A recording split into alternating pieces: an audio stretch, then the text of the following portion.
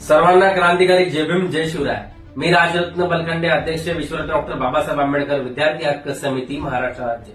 सध्या स्वाधार योजनेसाठी आवश्यक असणारी कागदपत्र ही नको ती कागदपत्र काही जिल्ह्यामार्फत मागवली जात आहे. मग त्यामध्ये मेसच्या पावत्या असेल किंवा विद्यार्थ्याचा वर्तणुकी संदर्भातलं कोणतं प्रमाणपत्र असेल हे किंवा महाविद्यालयाचं शासन मान्यता प्रमाणपत्र असेल, अशा प्रकारच्या कागदपत्रांचा स्वाधारच्या शासन निर्णयात कुठलाही उल्लेख नसताना काही जिल्ह्यांमार्फत, मग त्यामध्ये यवतमाळ समाज कल्याण कार्यालय असेल किंवा समाज कल्याण कार्यालय अमरावती असेल किंवा समाज कल्याण कार्यालय नांदेड असेल, तर नको ती कागदपत्र हे समाज कल्याण कार्यालय विद्यार्थ्यांमार्फत मागवत आहेत.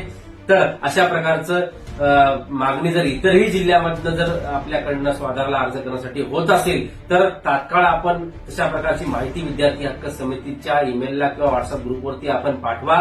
या 3 जिल्ह्याबाबतीत आपण समाज कल्याण आयुक्ताला तक्रार केलेली आहे. त्या संदर्भातली कारवाई सुद्धा होत आहे, मार्गदर्शन सुद्धा तशा प्रकारचं त्यांना आयुक्तालयामार्फत दिलं जात आहे. तर इतरही जिल्ह्यात जर अशा प्रकार घडत असेल तर आपण तशी माहिती समितीला कळवा.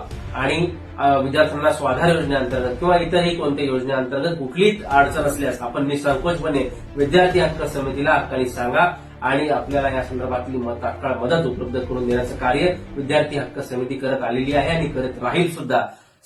स्वाधार योजना हा आपला हक्क आहे, तो मिळवण्यासाठी कुठल्याच प्रकारचा विद्यार्थ्यांना गोंधळण्याची परिस्थिती कोणतंच कार्यालय करणार नाही याची आपण काळजी घेऊ. हा व्हिडिओ गरजू विद्यार्थ्यांपर्यंत पोहोचवा. सर्वांना क्रांतिकारी जय भीम जय शिवराय.